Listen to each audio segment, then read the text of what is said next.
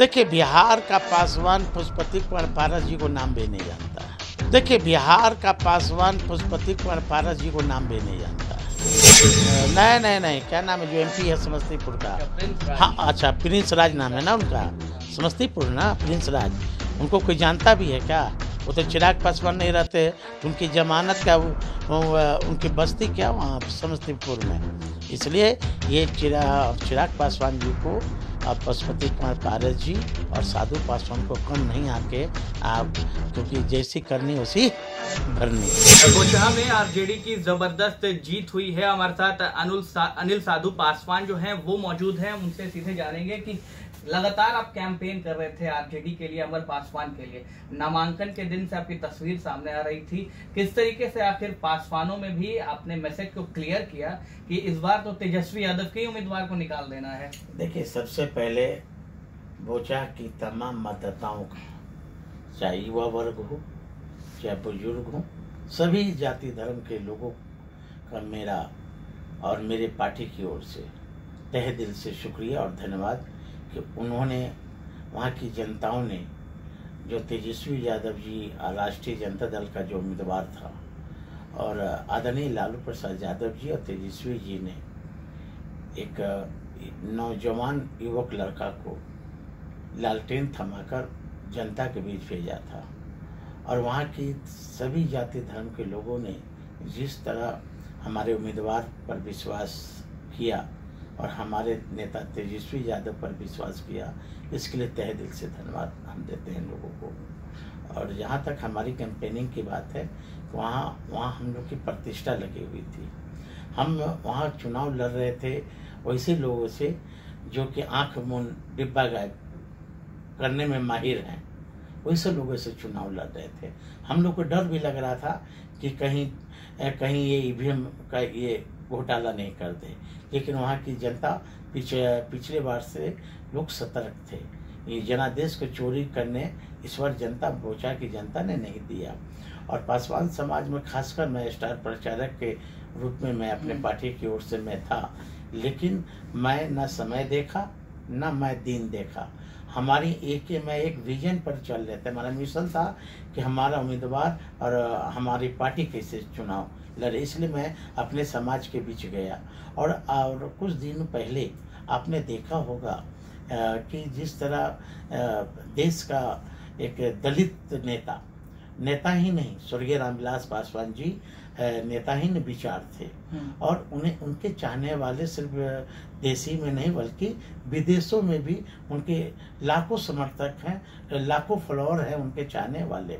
जिस तरह संघ परिवार के लोगों ने स्वर्गीय रामविलास पासवान जी का आत्मा जहाँ बसती थी 12 जनपद, वहाँ से उनकी फोटो को और बाबा साहब अम्बेडकर का फोटो को जिस तरह संघ परिवार के लोगों ने फोटो को और स्टैचू को पैरों तले कुचलने का काम किया, तब निश्चित तौर पर देश की बहुजन, खासकर देश की बहुजन बीजेपी को अपने बाबा साहब अम्बेडकर जो वोट देने का अधिकार हम लोग को दिए हैं, उस वोट के माध्यम से हम लोगों ने बोचा में भी सबक सिखाने का काम किया। तो पासवान इस बात को समझ पा रहे थे, क्योंकि चिराग पासवान तो खुलकर आ नहीं रहे थे, वो बस कह रहे थे कि पासवान समाज खुद समझदार है, वो समझ जाएगा कि इसको वोट करना है। तो आप मैसेज कैसे क्लियर कर पा रहे थे? देखिए, आप याद करेंगे जो पूर्वज जो थे हम लोग का, मतलब मानवर काशीराम जी, उन्होंने कहा था कि इस देश में दो ऐसी पार्टी है जो एक सूट पॉइजन है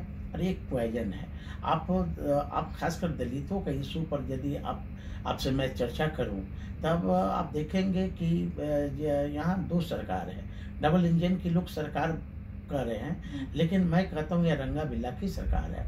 जिस तरह नीतीश कुमार जी जो बिहार के मुखिया हैं, उनके राज में आप देखे होंगे कि शराब के नाम पर सबसे ज़्यादा दलित ही बंद है, सबसे ज़्यादा सलाखों के पीछे बंद है, सबसे ज़्यादा दलित की जो हत्याएं हुई है, माँ बहनों पर बलात्कार हुए हैं, इस दलित महादलित कर दिए नीतीश कुमार। इससे बिहार की खासकर दलित लोग, हमारे बहुजन के लोग काफ़ी गुस्सा में हैं।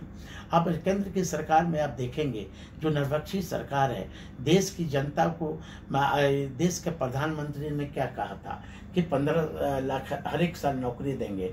और यहाँ की जो युवा है, पहली बार मैंने देखा कि ऊंची जाति के लोगों ने भी इस बार राष्ट्रीय जनता दल के उम्मीदवार हमारे नेता तेजस्वी यादव लालू जी पर विश्वास किया। मैं उन्हें सैल्यूट मारता हूँ। और दूसरी बात है कि जैसे नरेंद्र मोदी अभी दलितों का जो आरक्षण का सवाल है, निजी क्षेत्र में आरक्षण नहीं है, प्रमोशन में आरक्षण रुका हुआ है। अभी हमारा 15 से 16 लाख बैकलॉग अभी खाली है। अभी जुडिशियल में हमारा आरक्षण नहीं है। भारत का संविधान खतरे में है। ये सब देखते हुए अभी इस बार बीजेपी और एनडीए, ये क्या नाम है, जेडीयू, जो उनके एनडीए में जो भी पार्टी रहेंगे उनको इस बार बुरा हाल होगा। और जहाँ तक हमारे छोटे अनुज की बात है कि चिराग पासवान जी को और मुकेश सहनी जी को जिस तरह बीजेपी के लोगों ने पीठ में खंजर घोंपने का काम किया, अब तैयार रहे यहाँ के वर्तमान मुख्यमंत्री जीतन मांझी जी, वो भी बीजेपी उनको भी कब पीठ में खंजर घोंपेगी, वो सतर्क रहे। जो उनके एनडीए में जो भी पार्टी रहेंगे उनको इस बार बुरा हाल होगा। और जहाँ तक हमारे छोटे अनुज की बात है कि चिराग पासवान जी को और मुकेश सहनी जी को जिस तरह बीजेपी के लोगों ने पीठ में खंजर घोंपने का काम किया, अब तैयार रहे यहाँ के वर्तमान मुख्यमंत्री जीतन मांझी जी, वो भी बीजेपी उनको भी कब पीठ में खंजर घोंपेगी, वो सतर्क रहे।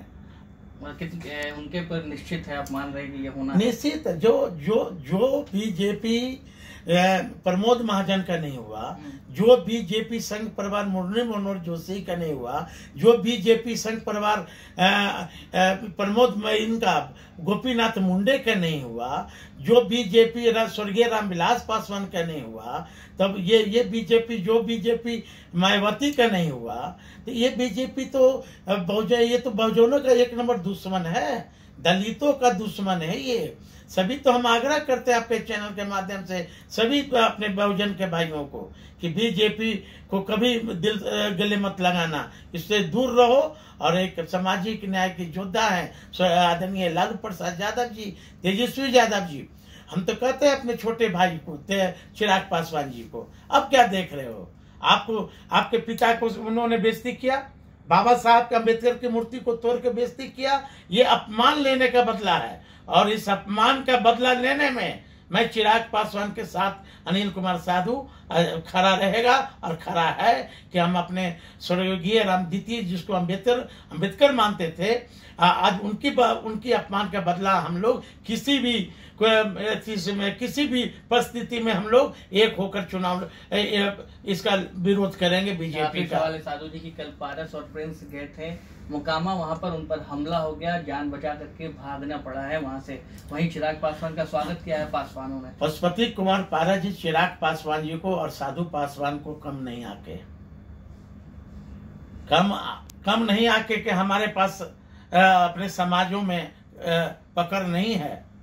चिराग पासवान जिस तरह स्वर्गीय रामविलास पासवान जी को आत्मा को उन्होंने ठेस पहुंचाया, जिस तरह अपने बेटे सर भतीजा को उन्होंने पीठ पर खंजर घोंपने का काम किया, तो आप तो देखे होंगे ना मोकामा में क्या हुआ।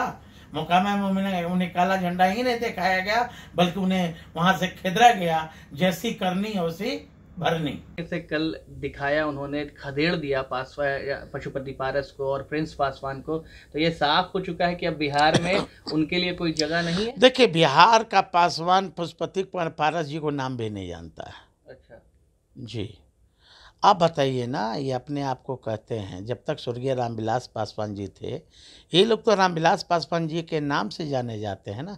इनका कोई अपना वजूद यदि रहता तो बोचाह में भी गए थे वोट मांगने, कहने पासवान ने इनको दे दिया है। ये पासवानों की आवाज़ उठाते हैं क्या? जो बहुजन के दलित जो मारे जाते हैं, पशुपति कुमार पारस जी का, और जो एक लड़का है, क्या नाम है उसका, जो प्रदेश का अध्यक्ष है लोजपा का, RLJP का, हाँ प्रदेश लोजपा युवा, नहीं, क्या नाम है जो MP है समस्तीपुर का? अच्छा, प्रिंस राज। हाँ, अच्छा, प्रिंस राज नाम है ना उनका, समस्तीपुर ना, प्रिंस राज। उनको कोई जानता भी है क्या? वो तो चिराग पासवान नहीं रहते तो उनकी जमानत क्या, उनकी बस्ती क्या वहाँ समस्तीपुर में।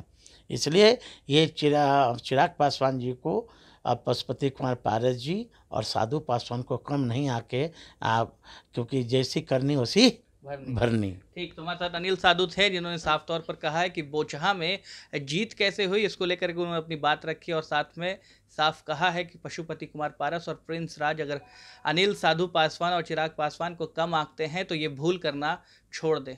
आप बने रहे हेडलाइंस VR के साथ।